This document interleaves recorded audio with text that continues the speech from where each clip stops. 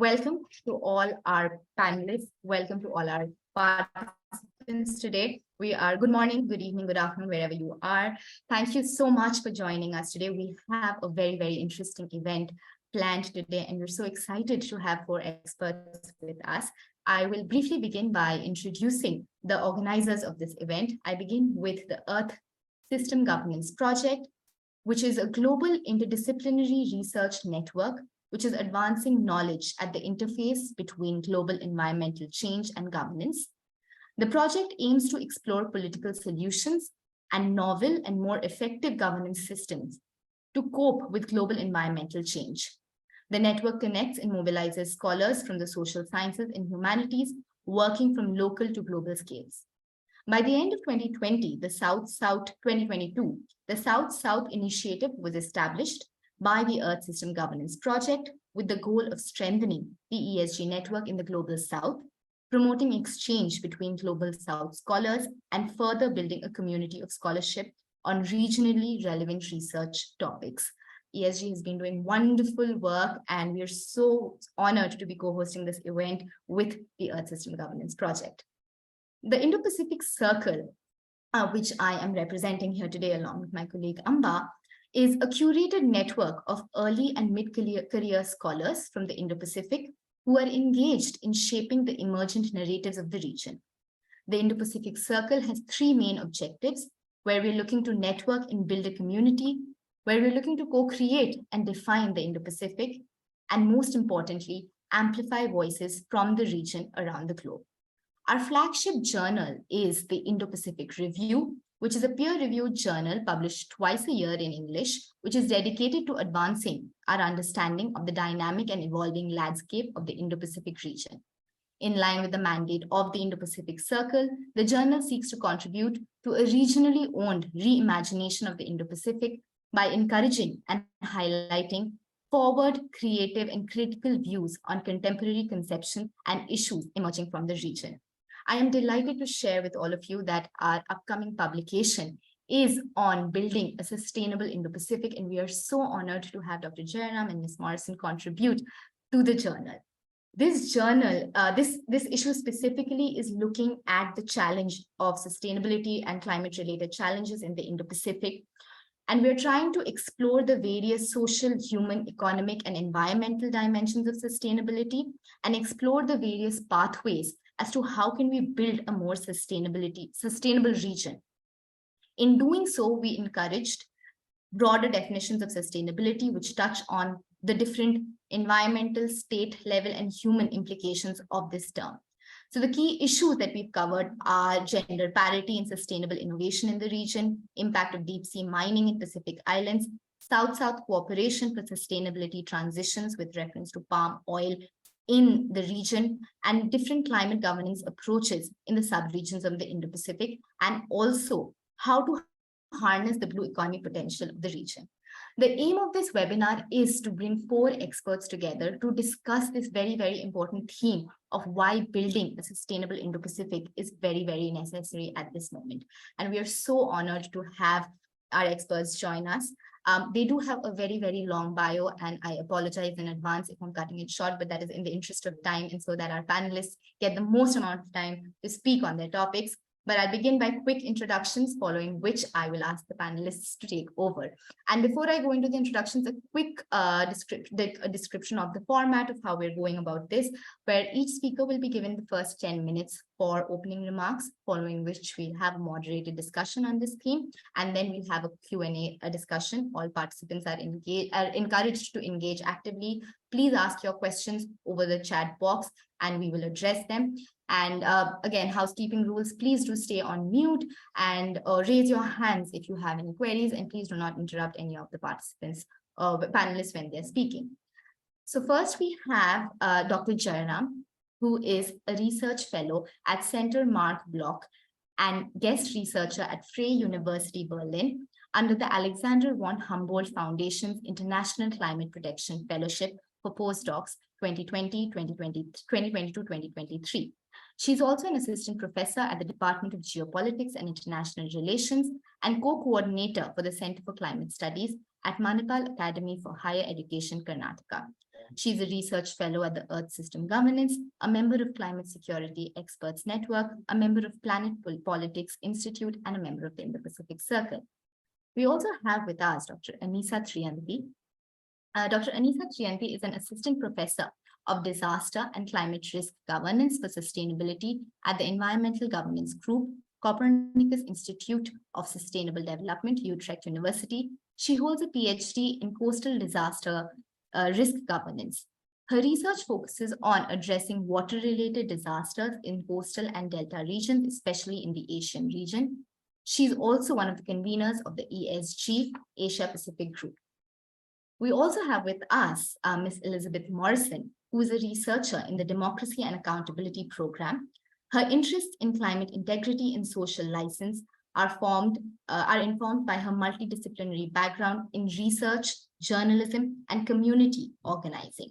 During her time as an Anne Cantor Young Woman Environmentalist Fellow, she contributed to the Democracy and Accountability Program in a number of capacities, including research, data analysis, and communication. Finally, we have with us Dr. Nguyen. I apologize, Doctor, if I got your name wrong, but please correct me if I got the pronunciation wrong. But he is currently an associate professor at the Vietnam National University, Ho Chi Minh City. He's leading a newly established Institute for Circular Economy Development, Institute for Environmental and Resources.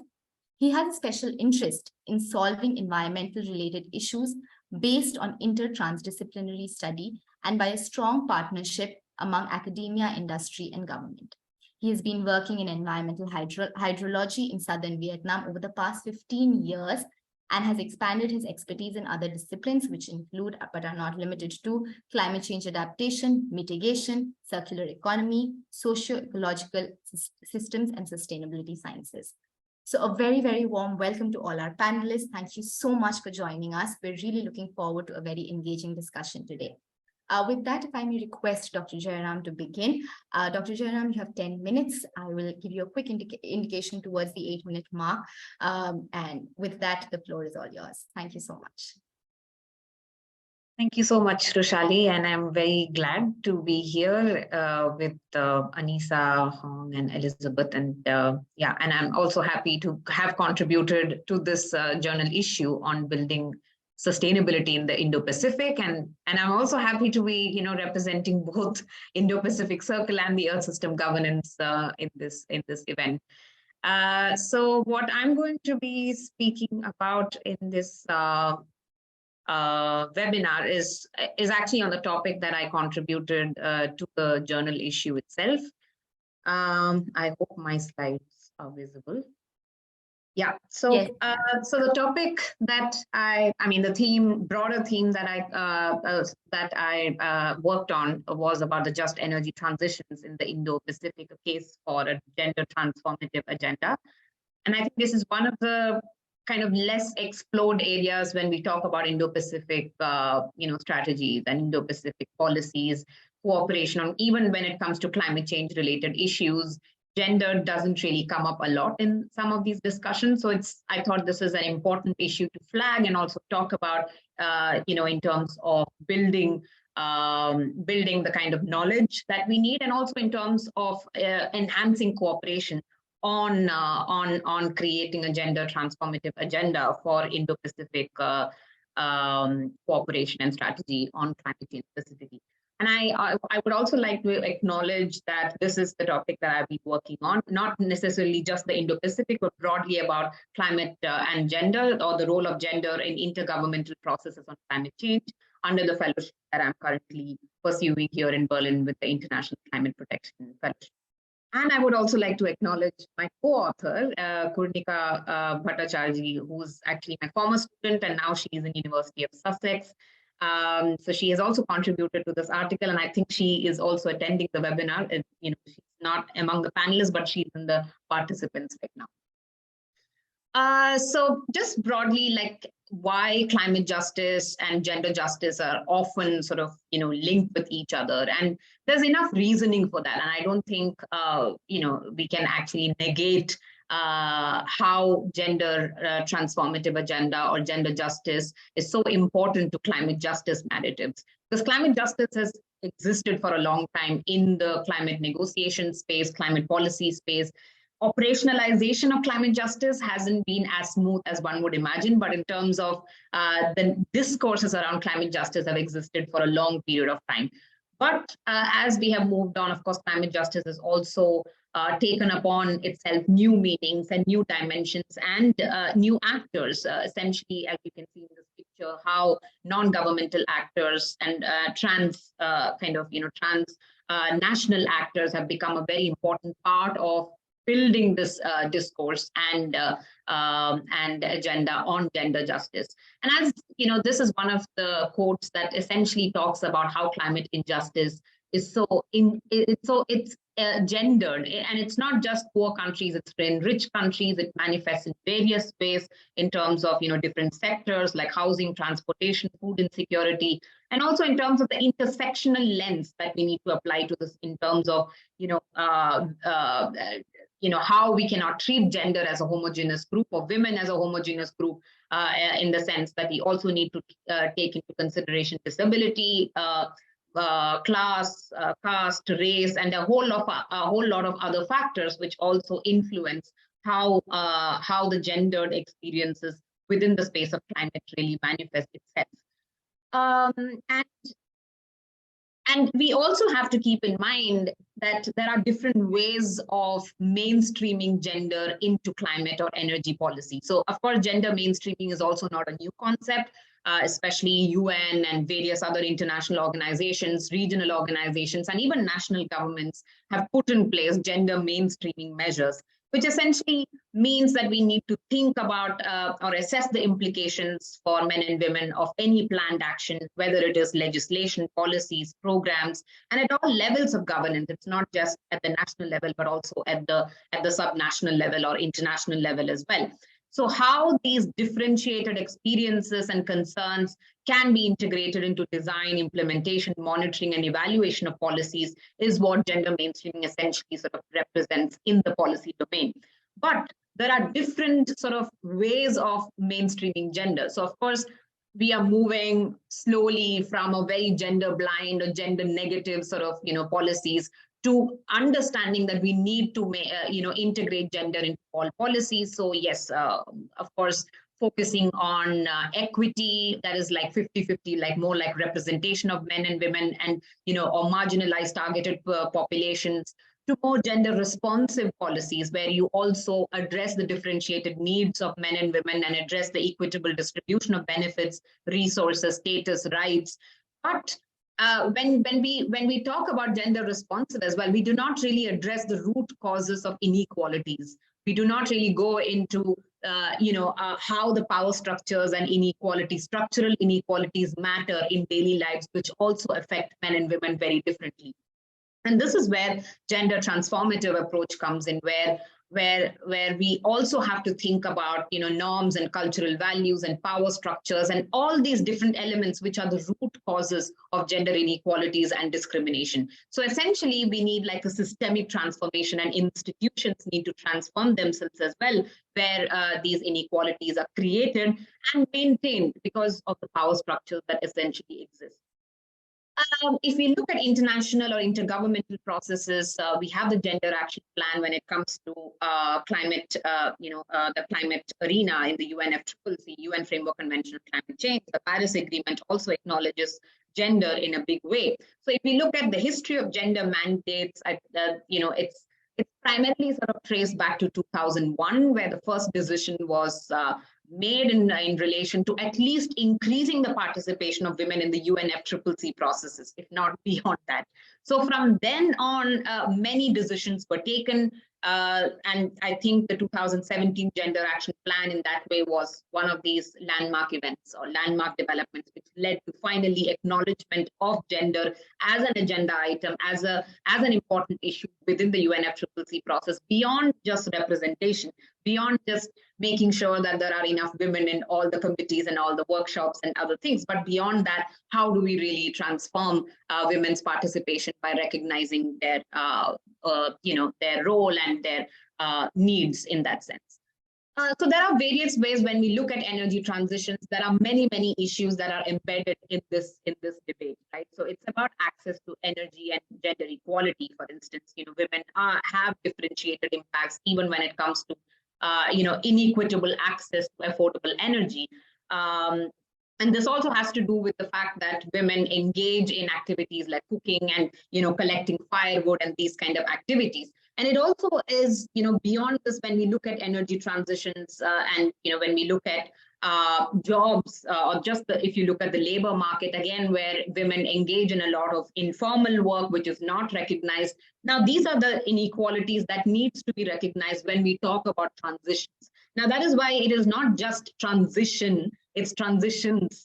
It's a plural where we have to think about many transitions that need to happen simultaneously if we need the sort of climate justice that we are talking about.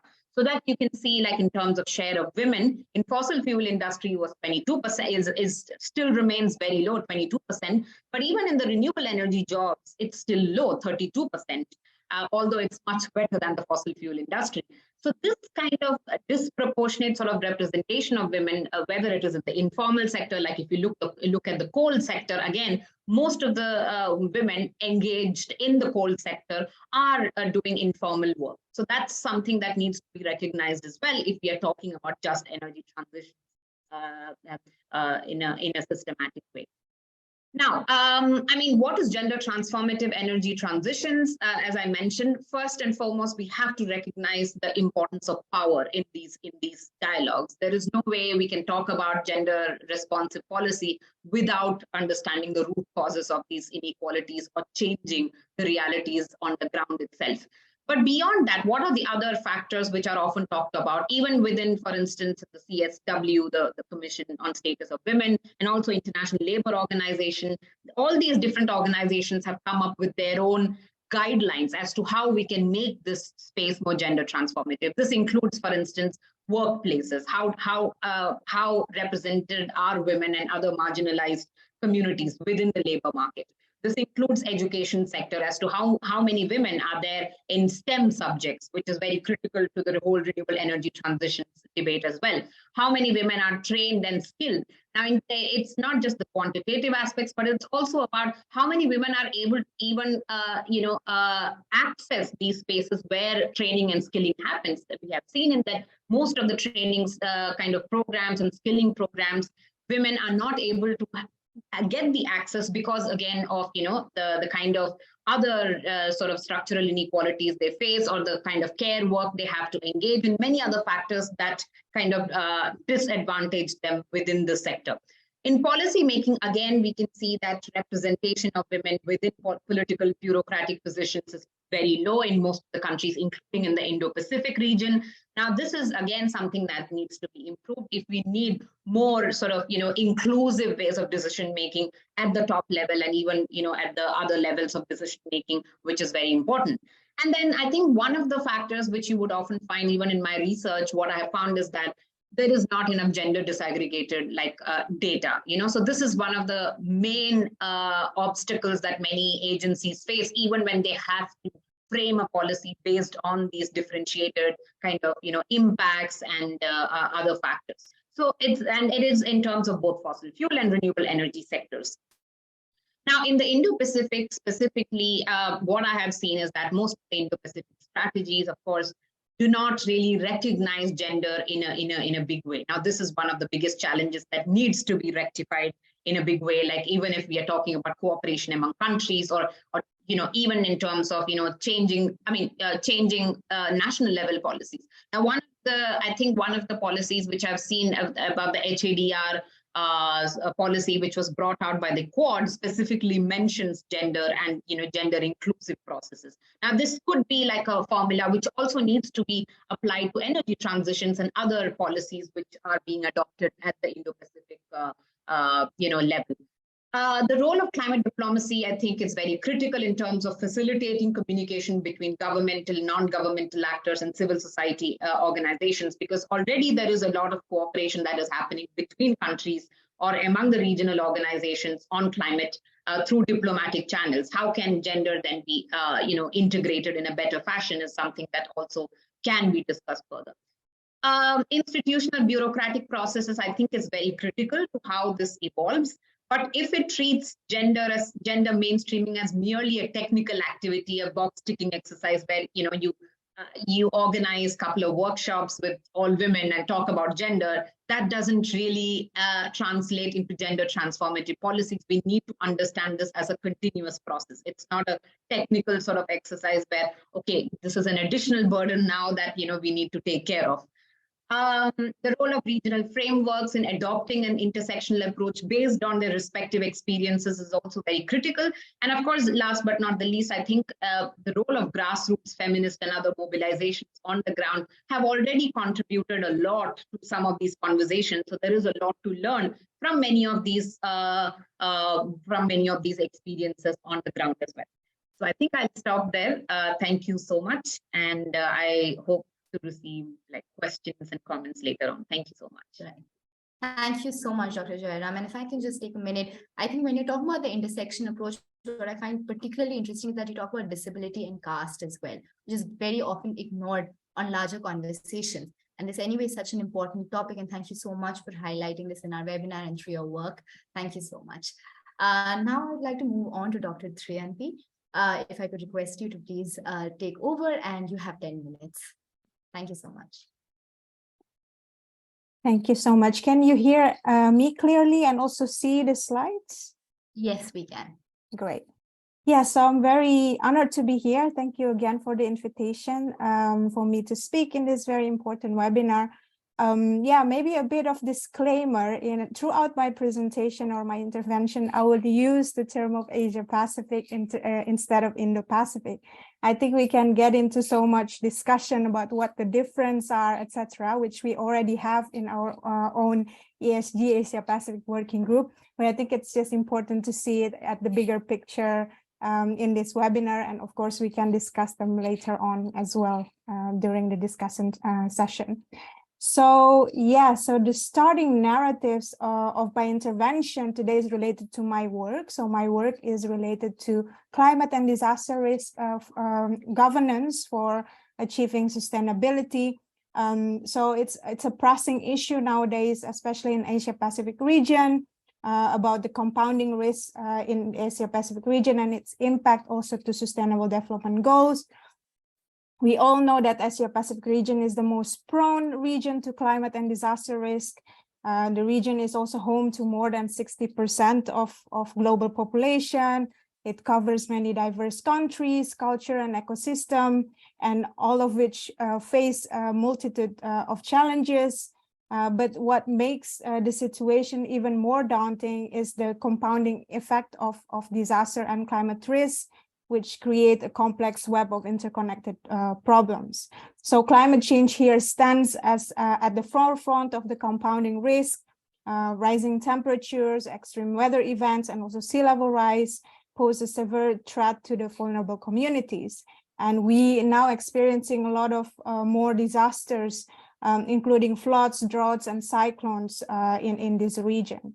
So the year of 2022 is again a harsh reminder for us of a sobering fact that our region faces a tremendous risk, flooding in Bangladesh and India, typhoons in the Philippines, heat waves and floods in Pakistan as well. So according to the report of the UNESCAP, floods were the deadliest disaster, accounting for 74.4% of the events and 88.4% of total global deaths. So the causes is the entangled anthropogenic and also natural changes.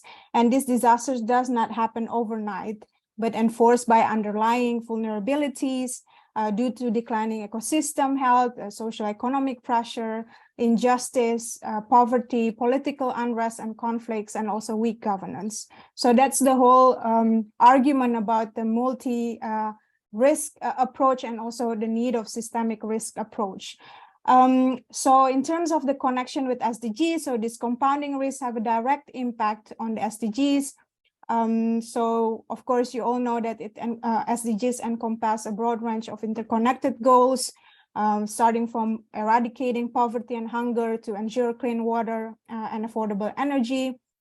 However, achieving these goals becoming more and more challenging in the face of compounding risk. So let's take a look at some specific example.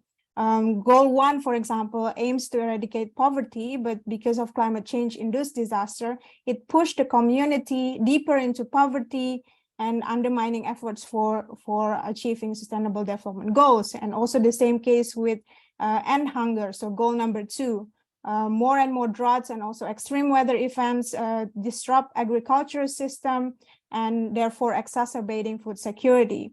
And then another case that I found important to mention here, also goal number 6, focuses on clean water and sanitation. Because of water scarcity, it worsens the vulnerability of local communities as well to deal with this water-related challenges. So if we look at the current progress of SDGs achievement, so I include some of the figures here that I took from the recent report on the Asia and the Pacific SDG progress in 2023. So very recent. It shows that the region is really far away from achieving SDGs. So of course there is an increasing effort and progress, but it has been very slow. And if you look into the current data, we need actually 42 more years to achieve all the goals that we promised to achieve. There is also this figure of different progress of each of the SDGs. I think what is most striking is the progress of the goal number 7 on affordable and clean energy, and also industry, innovation and infrastructure. Goal number 9 really showcase how important development, economic development, infrastructure development for Asia-Pacific region. Meanwhile, the goal number 13 is very, very regressing. So if you can see also here, the red mark here showing that we don't have enough means to actually achieve goal number 13 in terms of dealing with the climate extreme impact and also in terms of climate mitigation. Yeah, so the argument here that we need really to see this risk as a interconnected problems, and we need integrated approach as well.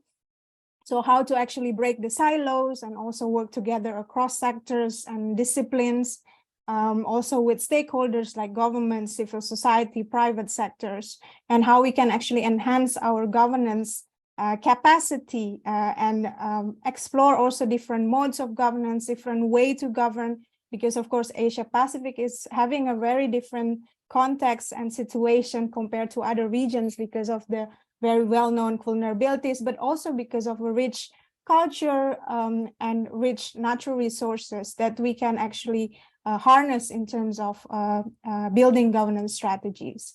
So maybe the next slide is more about my work as a scholar. I didn't submit any paper yet to your journal, but I think it would be interesting to explore also in the next edition of your journal.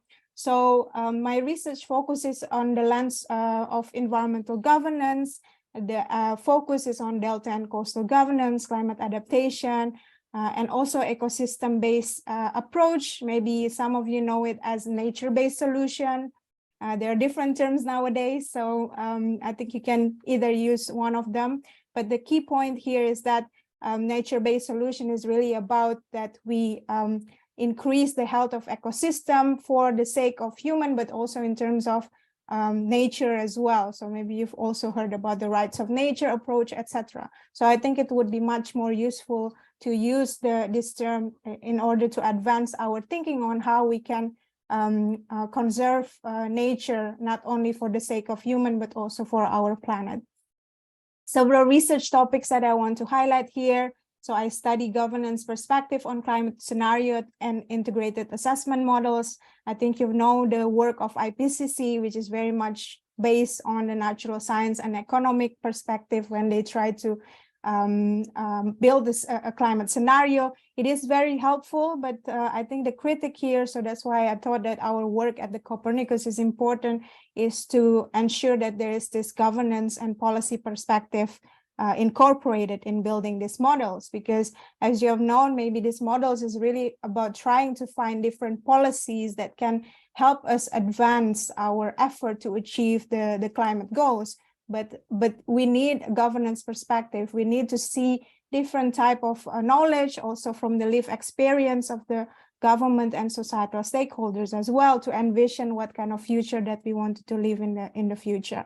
And again, I mentioned about nature-based solutions. So together with Quan, also with other colleagues from Vietnam, we're trying to see different way to see nature-based solutions. So it's not about only about ecosystem, for example, a lot of studies about mangroves, but less studies when we talk about the upper stream and also midstream of delta. So there is this topic of sediment enhancing strategies as one of the way to enforce nature-based solution.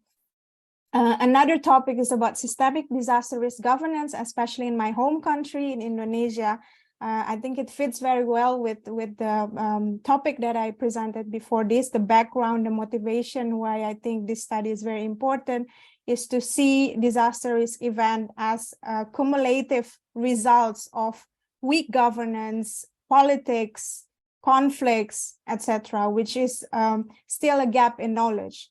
Because I think what is important when we talk about systemic thinking, it's very easy for researchers and scholars to understand, right? But not easy for the government officers or practitioners to really try to explore and find best solution, because everything is entangled, complex, etc. So I think the next step is to understand how governments, practitioners see systemic risks and how to deal with that. And lastly, it is very big topic, but it encompasses all of the research lenses that I mentioned here. Is about transdisciplinary science and collaboration. So I study and also use transdisciplinary science, meaning that we don't only sit in our table on our desk and doing our own research by ourselves, but really trying to connect with societal stakeholders, understanding the problems, and also try to find a solution together. Lastly, I wanted to, this is some highlights of my work, but I think you can see it on the website as well. The last slide is about the Asia-Pacific Working Group. I think, Rochelle, you already mentioned about ESG in general. I wanted to introduce to you this working group. I initiate this together with also Paul Harris, and lately, nowadays we have more than 50 members, active and inactive, of course. So the aim of this working group is really to provide a platform for scholars from the Asia-Pacific region or scholars doing work on the topic of Asia-Pacific, both within the ESG network, but also beyond. And I think the narrative here is to give or offer regional Asia-Pacific perspective to contribute to the development of future global ESG research agenda. So I include here also the very nice diagram, a science plan, here the blue figure about how ESG kind of develop its framework to understand Earth system challenges, problematize, and also find a solution. Then we will try to give perspective from different cases from Asia-Pacific. And lastly, I know that IPC is also very much focusing on early career scholars, which is also the strategy of the working group. Why? Because we have more, they have more energy and also very motivated to actually think along, be more innovative in terms of breaking the system and breaking the silo, let's say. These are some of the example of focus that we are currently looking at as a working group. So this pie chart, it fits very nicely with the story that Dhanasree just mentioned. So most of the our members think that two research lenses or combination of two research lenses are very, very important to explore, especially in the Asia-Pacific region, is the justice and allocation, and also the democracy and power, because there we experience a lot of challenges, but there are also opportunities when we look at, for example, self-governance, top-down and bottom-up, a combination of top-down and bottom-up approaches, etc. So I will leave it at that, and I'm looking forward to also get your feedback and input, maybe also to discuss further during the discussion session. Back to you, Rochelle. Thank you so much, Dr. Triyanti, firstly for giving us another webinar topic exploring Asia-Pacific and Indo-Pacific and the various dimensions of that, which is very important. But on a more serious note, of course, like for highlighting how important action on sustainable development goals is necessary, as you pointed out in your presentation, we need 42 years more to, at the rate at which we're going, to achieve these goals, which just highlights the dire situation, but also the need for action, and also your work through your transdisciplinary approach involving societal stakeholders, which is so very important. So thank you so much for that. I'm sure our audience members have a lot of questions and we will come back to them. But for now, I would like to move on to Ms. Morison from the Australia Institute. Ms. Morison, over to you. You have 10 minutes. Please go ahead. Hi, everyone. Can you hear me? Fantastic. I am going to actually try and go without slides. I've got a couple of maps and things if we want to look at them later, but I'd like to start by acknowledging country. In Australia, we live on colonised land that was never, sovereignty was never ceded by the Indigenous people here. I'm calling in from Nguyen Ngambri country, but everywhere you are in Australia is stolen land. And so I just wanted to start by acknowledging that. And what I'm contributing to the chat today is I'd like to talk about deep sea mining in the Pacific, especially Australia's interest in deep sea mining and how it might challenge our relationships in the Pacific, to basically give us all a sense of the context of deep sea mining as it is currently, and a bit of a sense of what to look out for as we go forward. So I'm going to start by giving us an outline of what we're deep sea mining for, why we're mining for it, and why we're interested in it now. Then I'll talk about where it's happening, some of the problems and tensions around deep sea mining, Australians' position in the deep sea mining debate and in industry, and then about what might come next. So any questions, pop them in the chat, but also happy to chat in the question section later. So deep sea mining is basically a whole industry that's developing around the need for critical minerals, which will be part of our renewable energy transition, which is so important for addressing climate change.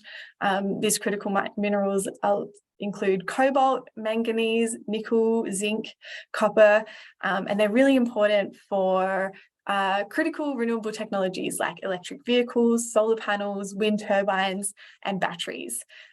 These are the technologies that are so important for our renewable energy future, and the critical minerals are necessary for them. Whether they are necessary from the deep sea or whether they can be found elsewhere is part of what I want us to start thinking about from this chat today and from my contribution to the journal as well. But why we're interested in it now is actually that the United Nations regulatory body, the International Seabed Authority, that is responsible for managing the deep sea resources in international waters, have just come to the end of a deliberation process that was kicked off by Nauru to expedite the licenses around deep sea mining. So that means that deep sea mining can go from exploration phase to extraction phase, which is a really, really interesting sort of inflection point in the deep sea mining progression, the deep sea mining context. And that's why we're really interested in it now, because those rules are coming up within the next month. So I'm anticipating that this debate and this area of research and interest is going to kick off in a huge way in the coming months. And I want us all to be equipped with the information we need to have these discussions as much as we can. So where is this deep sea mining predominantly happening? It's happening in the Clarion-Clipperton zone, which is in the Pacific Ocean. It's south of Hawaii. It's 5 kilometers deep and it's 5,000 kilometers long. It's a huge, huge, vast stretch of deep sea floor, and it's full of things called polymetallic nodules. They're about the size of a potato and they're full of those critical minerals that we talked about, like cobalt, manganese, nickel, zinc, and copper. And as you can imagine, countries are flocking towards these deep sea resources to try and get their industries up and running as quickly as possible. But when lots of people are fighting over common resources, we all know that things can go wrong. And there are a lot of concerns that have been arising around environment and governance. I'm going to touch quickly on environment and then go deeply into the governance concerns. So some of the environmental concerns, we know more about the surface of the moon than we do about the surface of the ocean floor, which is a mind-boggling fact, but it's a really, really important one. And things that we do know that are happening on the seafloor is that the resilience of these deep sea resources, these deep sea ecosystems, is really, really slow. They're so deep under the ocean surface that light doesn't get down, so there's small amounts of energy input, and these ecosystems recover really, really slowly. Other things that happen with deep sea mining are sound impacts, which can interfere with whales migration routes and other echolocation, other marine mammals that use echolocation to move. So those are some very, very concerning environmental impacts, but perhaps even more concerning are some of the governance issues that are arising around deep sea mining. So I am not going to comment on the sort of I'm not going to comment on Pacific Island nations' autonomy to use their resources and grow their economies in that way. That's not for me to have an opinion on. But what I do want to comment about is the UN International Seabed Authority and Australia. So the International Seabed Authority is the custodian and the regulator of the world's deep sea resources. Already when I say those things, I'm hoping that the cogs are turning and that you're kind of thinking that a custodian can't really be an impartial regulator and a regulator can't really be an impartial custodian. There's a lot of civil society pushback on the International Seabed Authority and its capacity to act as both of these things. And actually the executives of the International Seabed Authority have been criticised for not being impartial. Earlier this year, Germany sent a letter to the International Seabed Authority suggesting that the executives weren't being impartial when it came to trying to push ahead with the deep sea mining licenses and trying to advance the industry. And the International Seabed Authority has been known for placing more emphasis on the economic benefits rhetoric than an environmental focus, and so sort of focusing more on its role as a regulator than its role as a custodian. So that's a kind of snapshot of the International Seabed Authority. And I'll also give a quick snapshot of one of the major players in the deep sea mining boom, which is the Metals Company. The Metals Company, formerly known as Deep Green, is a Canadian deep sea mining company that's sponsored by Nauru, Tonga and Kiribati, and is set to become one of the first licensees under the new International Seabed Authority licenses. A lot of its messaging towards its stakeholders sort of pits ocean deep sea mining against land mining and says like, land mining is so terrible, we know that land mining is bad, but deep sea mining will solve all of our environmental concerns and it will help us solve climate change, like win-win, let's go ahead with it. Which, as we have kind of alluded to, there's a lot of environmental concerns and from what we do know, and what we don't know is so much more than what we do know. And maybe we'll get a chance to talk about this later. And so one of the main things that is coming up when we think about the Metals Company and deep sea mining in general is this sort of greenwashing rhetoric that's happening around saying like deep sea mining, out of sight, out of mind, climate change, climate solutions, renewable energy, like this is the way forward, let's go. And I think that there's the way that I think about it is they're sort of using the urgency of climate change and climate solutions to kind of squash the environmental concerns that are happening, which is a really, really dangerous thing. And we kind of know from past experience that rushing ahead with things that we don't know the environmental impact of can be bad news. So that's kind of the international lens. And now I'm just going to briefly touch on Australia's position in all of this. I hope we all know that Australia has a pretty poor reputation for climate ambition. And we've also got a poor reputation for resource exploitation in the Pacific. Australian company BHP released 17 million tonnes of untreated mining waste in the OK-Teddy River in Papua New Guinea over the 30 years of its life. And the Australian Secret Service spied on East Timor in the mid-2000s to inform negotiations on gas and oil fields in the Timor Gap. So Australia is can be quite nefarious in its international fossil fuel industry.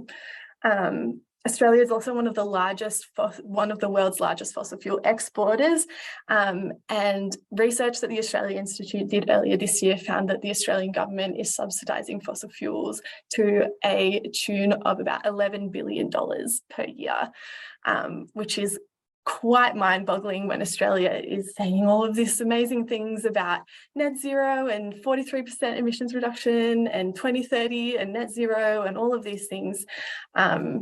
There's a lot more to it than that. But Australia's position on deep sea mining is actually a little bit less clear.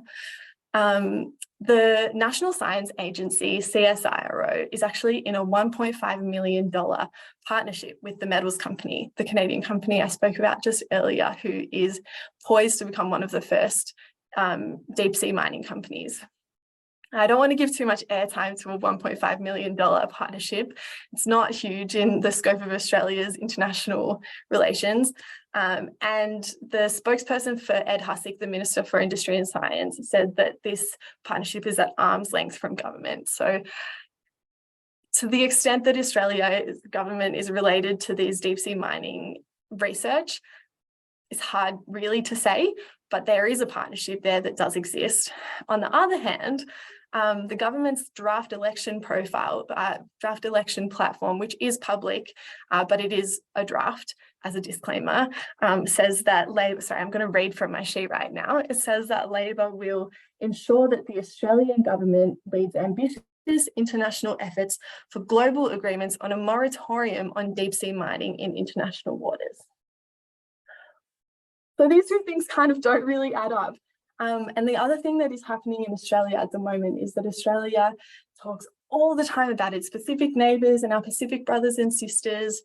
And we've made big claims in the last year of the new Labor government that Australia is going to take a bid to host COP31, which is a UN climate conference in a few years' time in partnership with a Pacific Island nation.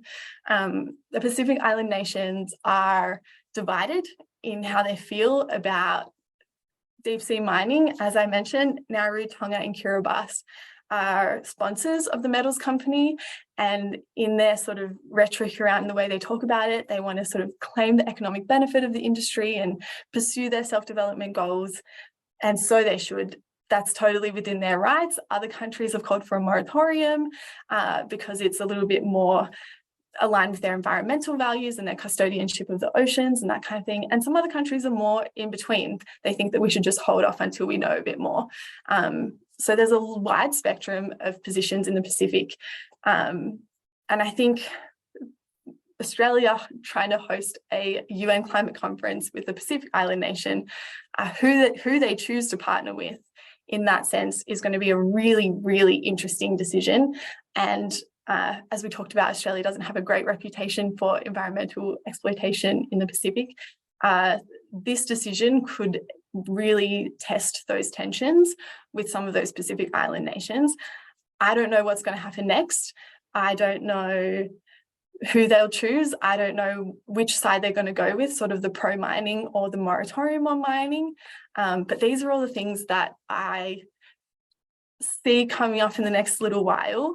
And it makes this space a really, really interesting area of study and area for attention for all of us. So this month, when the International Seabed Authority releases its mining code and the first licenses are granted, I think we're going to see a huge influx of attention on deep sea mining, and that will kick off a lot of these discussions and these debates. And one other thing that I just really want to touch on before we close up here is that this is one of the first instances that I know of where climate and environmental interests are kind of diverging, where in the past they've been really good allies in the movements to protect environment and nature and climate. So I think it's just going to be really fascinating, is basically the crux of my talk. But thank you so much for all of your time, and thanks for tuning in. And I'm keen to hopefully chat more in the question section. Thank you.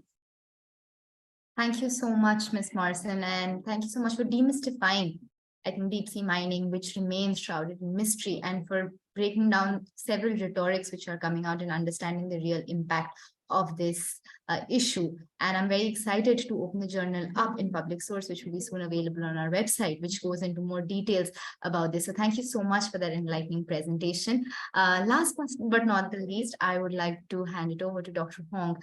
And if I could request you to please give your presentation, sir, you have 10 minutes. Thank you, everyone. Thank you so much for joining the webinar today. I think the topic is really interesting, and also very happy that we have colleagues working across different disciplines.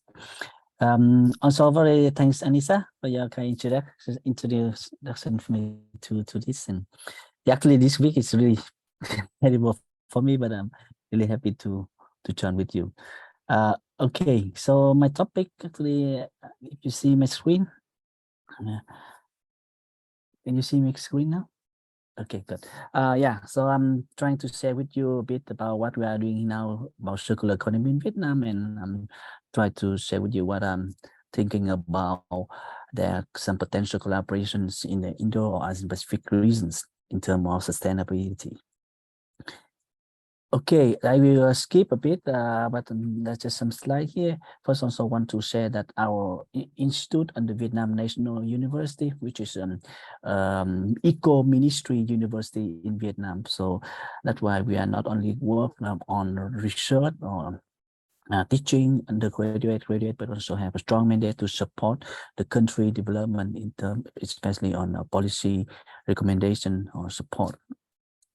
Our institute is based on the partnership related between academy, industries, governments, and other stakeholders.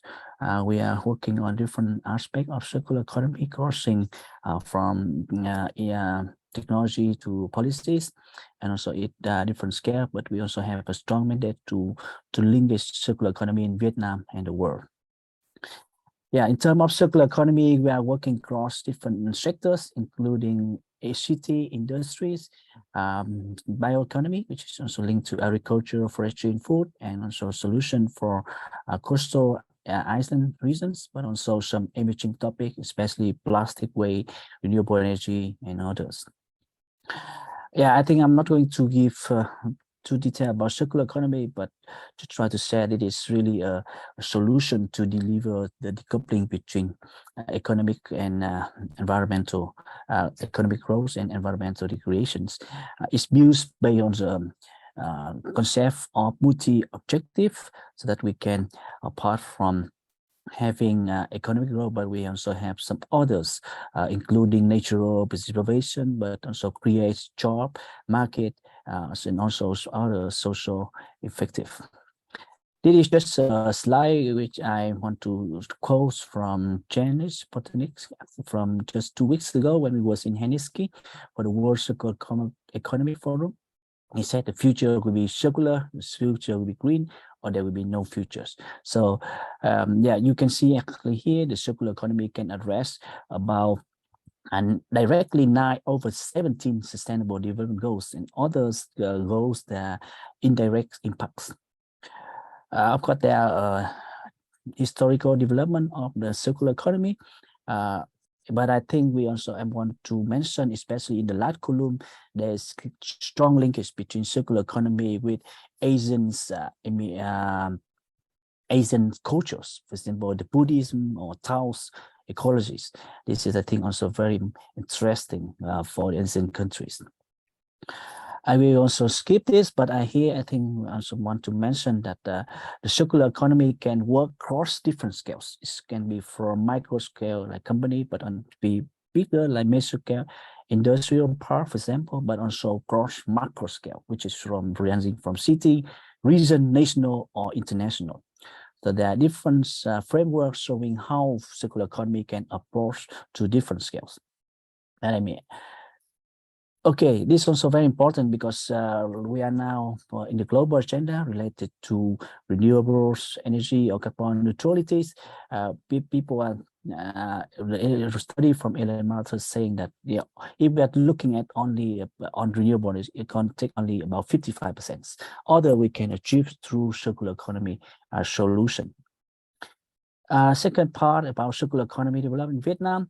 This is already in the political agenda. Crossing, we also have the law related to circular economy, national circular economy plan across different sectors from natural resources, environments, to investment, plannings, industry and trades, including energies, how circular economy can integrate in different sectors, especially in agriculture.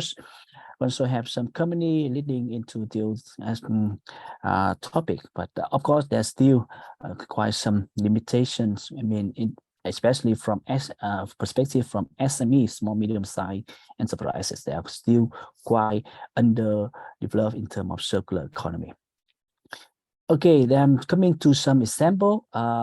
This one we are looking at circular economy from agriculture. This is a linkage between in terms of nature-based solution, but also have agriculture related to the livelihoods of the local people, but it can link to global issue in terms of climate change adaptations, but also others in terms of, for example, carbon credits and some other global market.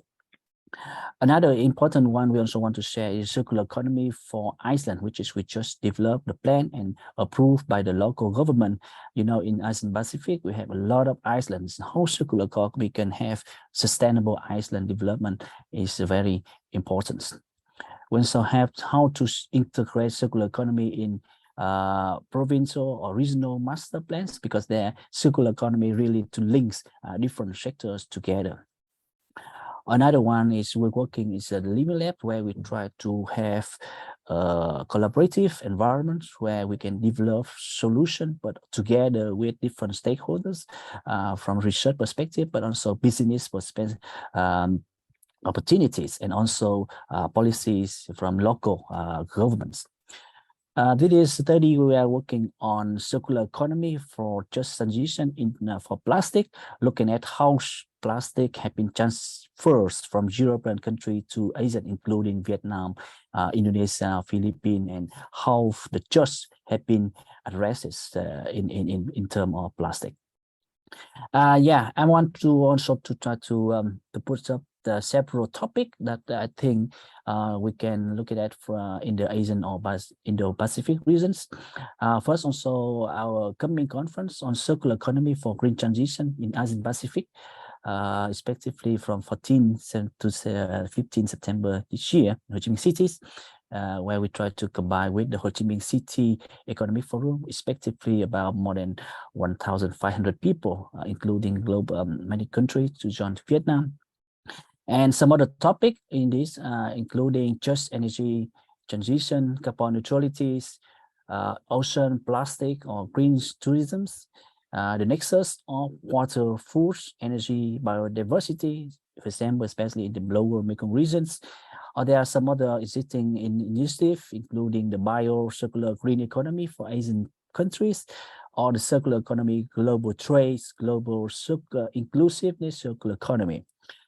Yeah, there is just some one that you can also see that, for example, the role, for example, with Australia in zero carbon community in Asian Pacific, and some of the Asian program in terms of bio-circular economy, also other global initiative, and also global issue that we, for example, we see the ocean plastic, and the Asian or Indo-Pacific contribute quite a really big part of this plastic pollution. Okay, so I think that the final talk, circular economy, this is really up to date and holistic to sustainability. It's multi-objective and also multi-sources or sector recreation. There are many issues can be addressed, and also potential collaborations in the Indo-Pacific region. But of course, there are a lot of challenges ahead, and we really need to partnership and solidarities towards sustainable future of Vietnam, of the Indo-Pacific region and the world. Thank you very much, and looking forward for the next panel discussion with you all. Thank you.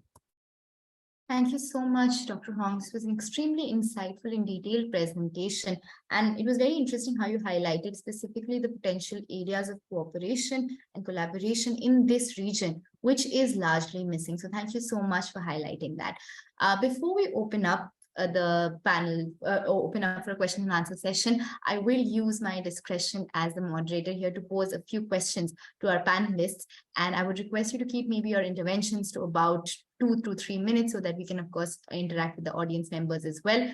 I'll go back to Dr. Jayaram. And Dr. Jayaram, during your presentation, you were specifically talking about climate diplomacy, which was very interesting. If I can ask you to go into a bit of detail as to how you see climate diplomacy in this region helping attain gender transformative policies, which can have regional implications. How do you see that panning out?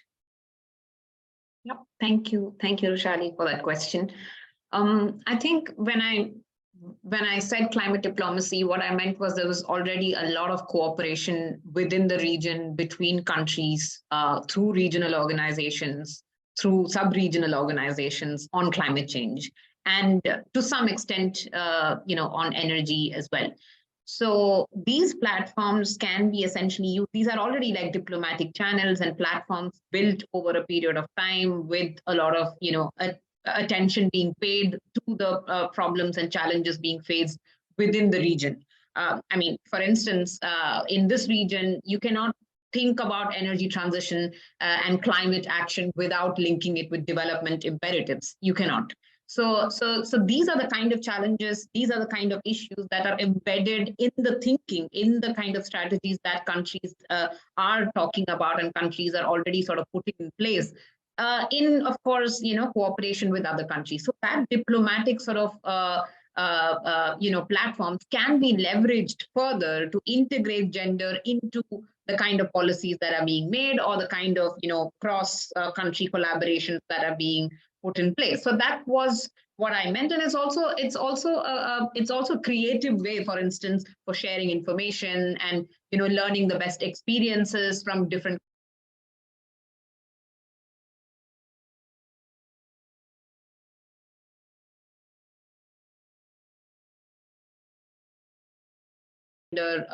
issues for a long time. So that includes civil society organizations, research institutions, transdisciplinary sort of research networks, border research networks, who have been working on some of these issues, who are also essentially, part of this diplomatic sort of, this umbrella. So I think this kind of contributes further better understanding of what can be done, what needs to be avoided, how do we overcome some of these challenges, but at the same time, in terms of even developing capacities, developing technologies, developing further solutions, there is a role for diplomacy, which is something that we need to sort of further leverage upon and also build upon in the future. Yeah.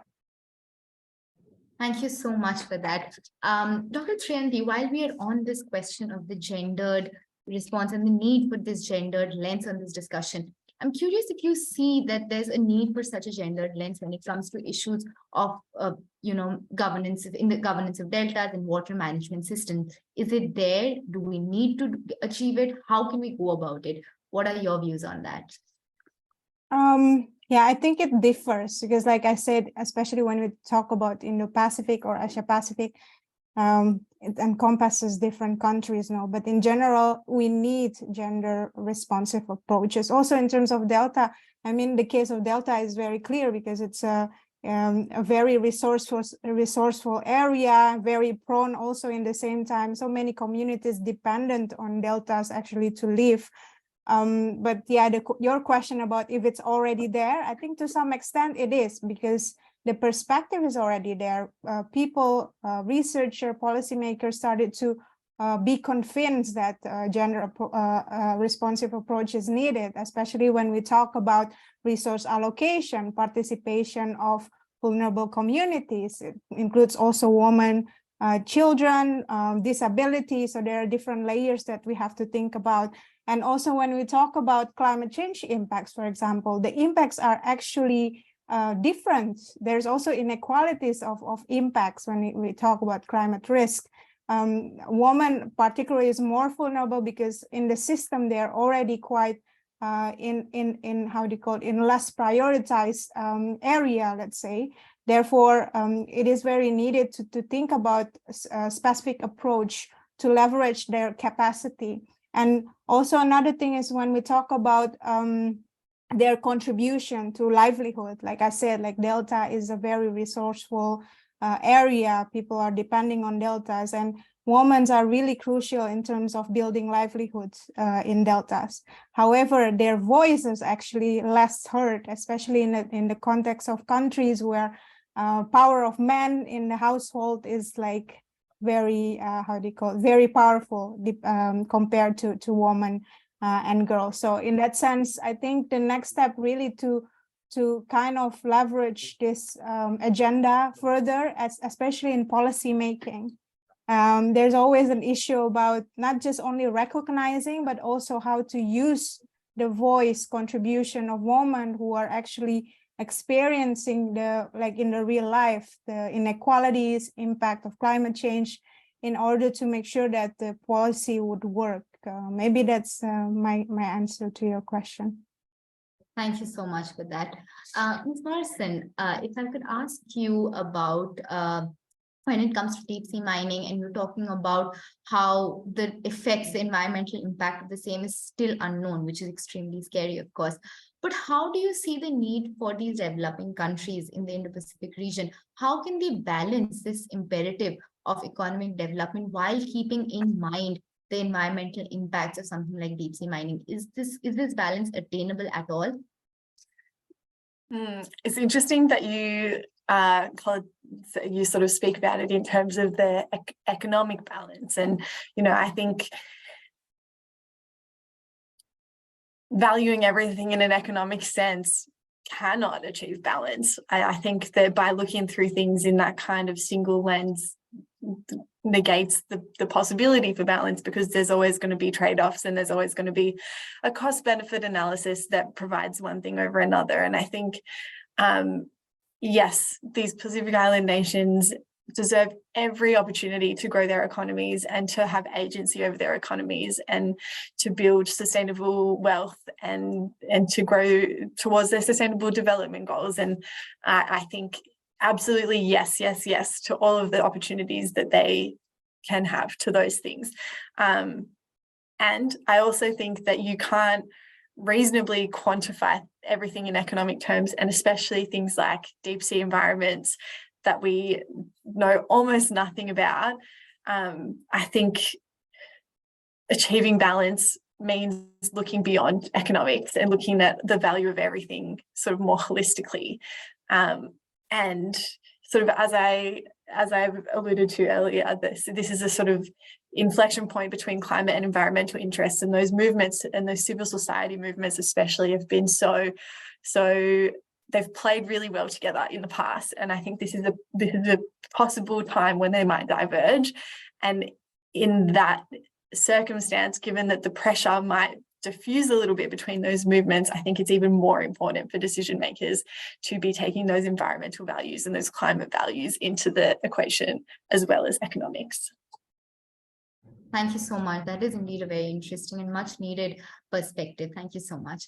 Dr. Hong, I want to draw on your expertise of working on sustainable innovation, and you've worked a lot on that, and you even spoke about it during our presentation. If I can ask you to go into a bit more details as to what do you see the current scope of sustainable innovation in this region, or maybe the current trajectories of these developments, and what role do you see for sustainable innovation in driving the sort of even climate action or action on sustainable development in this region? What role do you see for innovation in this?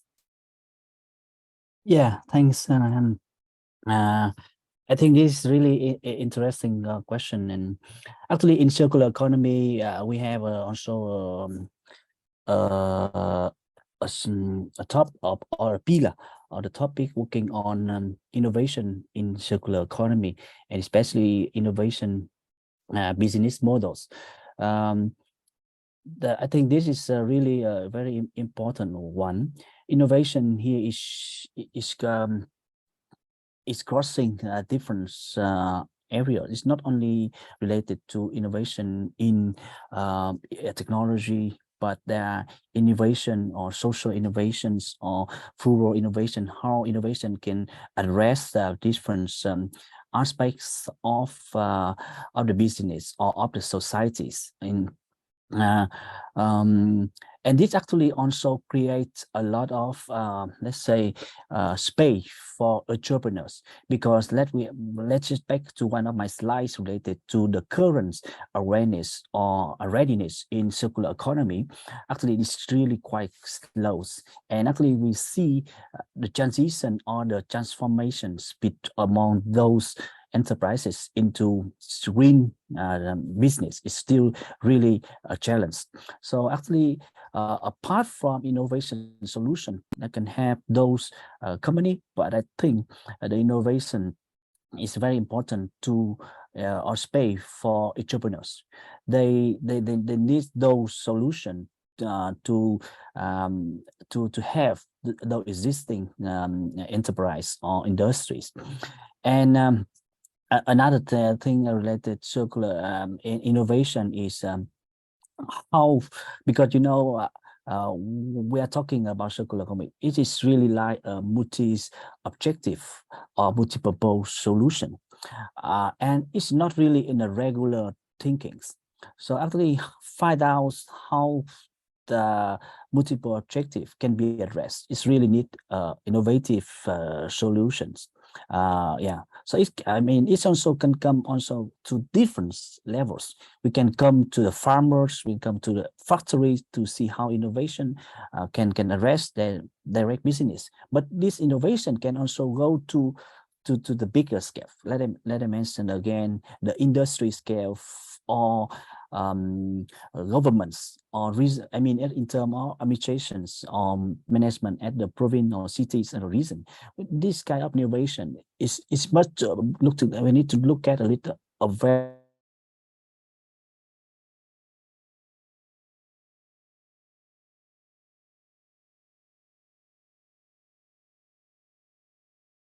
key. I think it's really a key solution towards sustainability. Of course, together with social, to go into science technology. But yeah.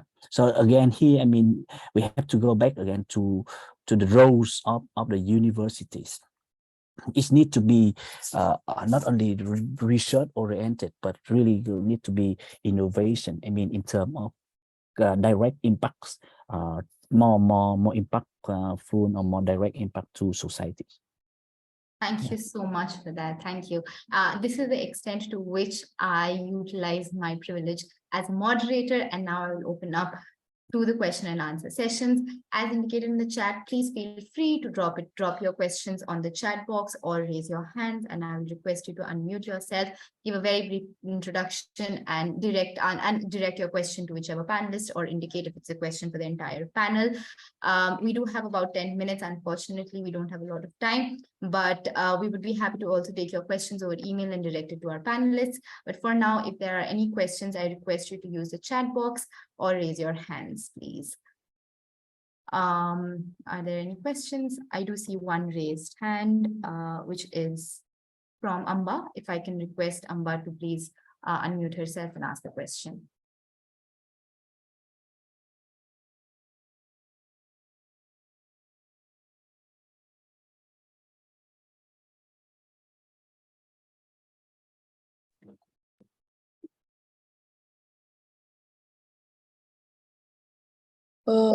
Hi.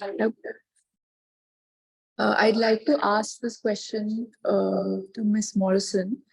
How can decision makers balance the potential economic benefits of deep sea mining with the need to protect the unique marine ecosystems and biodiversity of the Pacific Islands? Yeah, I think it's a really hard thing to do, and I think it comes down to individual nations and their decisions about where they place their value, whether it's on their economic and sustainable development or whether it's on the protection of their biodiversity. I think when it comes to international resources, and the regulation of our sort of shared resources in the international waters. That comes to the United Nations International Seabed Authority, which is the agency I kind of gave a bit of an outline of earlier. I would like to see the United Nations International Seabed Authority put equal weight on environmental protection and its conservation values, as it does on the sort of economic benefits rhetoric that it has been focusing on recently, especially given that the whole world has agreed just a couple of months ago on the High Seas Treaty to protect 30% of the oceans by 2030. This does not apply to the Clarion-Clipperton zone. They have not extended the 30% to cover that area.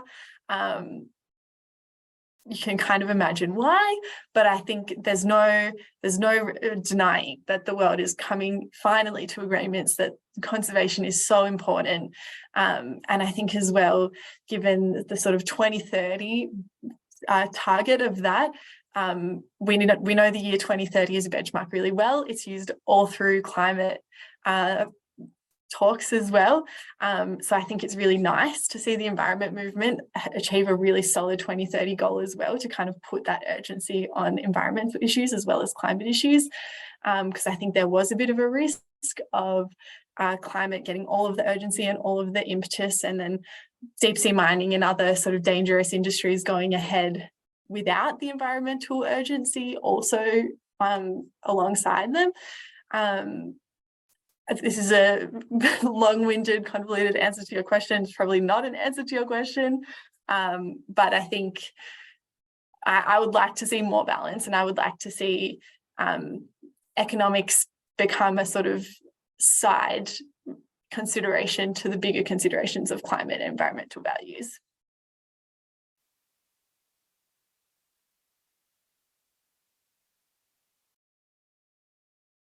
You're muted, Roshali. I'm so sorry. I just realized I was on mute. Yes, thank you so much for that, Ms. Morison, and thank you for your question. If there are any other questions, please, I encourage you to use the chat box or raise your hands. I do not see them as of now.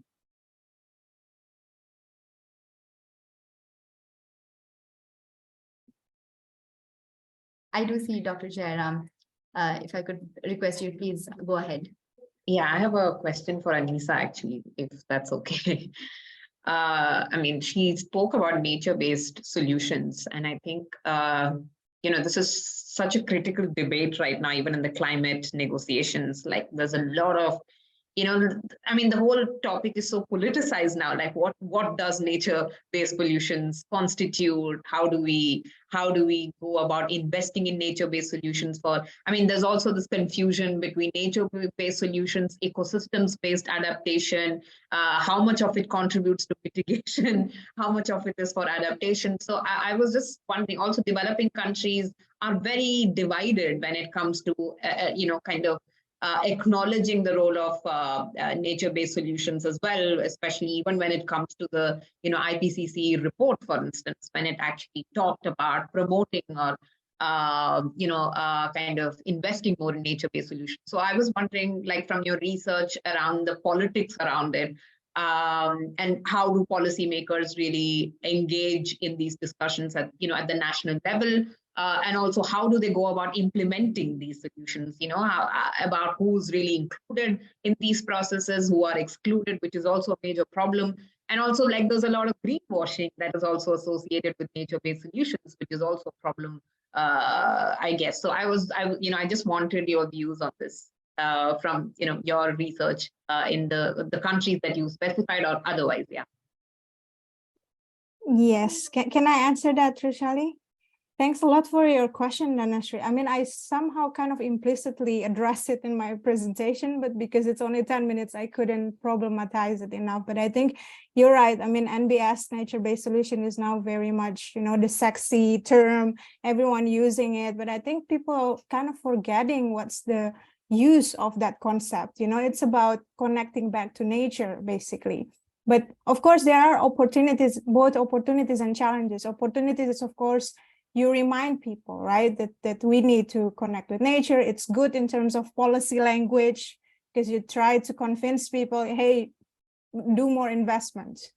This is the term that we use. It's kind of endorsed by, you know, global frameworks, etc. IPCC, UN, UNDRR, whatever you name it. But I think, yeah, again, people forget that, especially in developing countries, we already doing a lot of nature-based solution even without the concept. Talking about indigenous community, for example, conserving their land, you know, without actually having to deal with this political debate in the UN, they're already doing it. So I think there are also a lot of more kind of tendency towards promoting it as a hybrid kind of approach, so combination between nature and engineering approach, which in some cases are needed, especially if you need such approach to avoid your land to be sinking. Like, I mean, in capital city, like for example, in Jakarta or other big city, but then it's sort of like driven away from the whole narratives of connecting back to nature.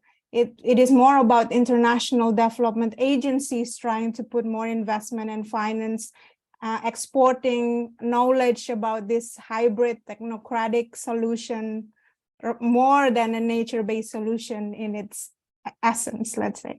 I think we have to be very careful, especially looking into the colonization perspectives. How to decolonize this thinking of going back to nature without thinking about, you know, making more money. You know, it really push us away from the essence of us as part of the nature. It's about us kind of imposing our effort or our, I don't know, measures to nature for only our own sake of benefit. I don't have the, maybe it's not an answer to your question, then it is more like problematizing the issue. I saw also Quan raise his hand. Thank you so much, Dr. Triyanti. Dr. Hong, if I could request you to please go ahead. Yeah, no, I think I just want to add a bit on a nature-based solution. I think it was really like people look at nature-based solution as a kind of, for example, ecosystem conservation, preservation in more or less rural or coastal areas. But I think it's now become also very important to have more nature-based solution in the cities, even where we have even less lands in the cities. But if we can, let's say, design the cities more innovative, or we can even include nature-based solution in the city, because it's really create really multiple benefits to the cities, because we see there are really a lot of stressful for people living in the cities in terms of urban heat islands or air pollutions, and we really need the green or blue space in the cities. But of course, we have to go it together with business models. So actually what we also try now to do in Vietnam. And just one another important thing, because we, like Vietnam or maybe some other country, we are committed to neutral carbon neutrality in the coming years, like 2050s. If we don't really have solutions for the cities, including green space development, I think it's hard to achieve this objective. Yeah, just more thing to it. Thank you. Thank you so much for that, Dr. Hong. This does bring us close to the end of our question and answer session. Once again, if you have any question, maybe we have time for one more question if the moderators, if the panelists would allow it. Just another, if there's any other questions. I have a question from Shadman Sharar, who is directing it to Dr. Hong, which is, how does a circular economic model which emphasizes sustainability and reusability of resources reconcile with the demographic and economic trajectory of the Indo-Pacific region, which indicates greater demand for goods and services in the future among its people? Yeah, thank you so much, Mr. Saman Sarah. I think circular economy in terms of resources. Of course, there are many different principles of circular economy, including reuse of resources, but also how we can utilize more green or bio-based resources, or to be less fossil resources. Yeah, of course, this can include the I mentioned it's a circular business model. You also already mentioned. Actually, it needs to be really context specific, of different from different scale. I already mentioned, but in terms of Indo-Pacific regions, I think we can also look at it from a kind of integration of different solution together. Like I mentioned, there is in the lower Mekong region, we can combine the aspect of energy, food, waters, biodiversities, but also, for example, in energy related, we can have, for example, recently we have a partnership between Vietnam and Singapore, where Vietnam can create a lot of renewable energy and convert it into hydrogen and then export it into Singapore for using there. Yeah, but I think also there are some other similar initiative from Australia. I think also very strong in renewable energy or hydrogen. Yeah, so I think of course we always have to reconcile with the demography and economic trajectory, but of course I think we still need let's say institutionalize those into practice, especially looking at the Asian Pacific or Indo-Pacific or ASEAN countries, how this can put into the agenda of the countries, of those countries, and institutionalize it. Because actually translates those into institutions, it is really still a big challenge. So but I think there are already some existing manners that we can also look at, especially looking at the trade agreement among those countries, and how global North-South can work together to support those countries in the kind of transitioning, because some countries still a bit developed, but some others, so how can help its others. I think it's also very important. One I also mentioned in my last slide, for example, that we have been working with people in inclusive circular economy at the global scales, and this is led by the Chatham House and some others. Thank you. Thank you so much, Dr. Hong. This does bring us to the close of our webinar today. I take this opportunity to thank all our panelists for taking time out, for joining us, for sharing their very, very valuable insights.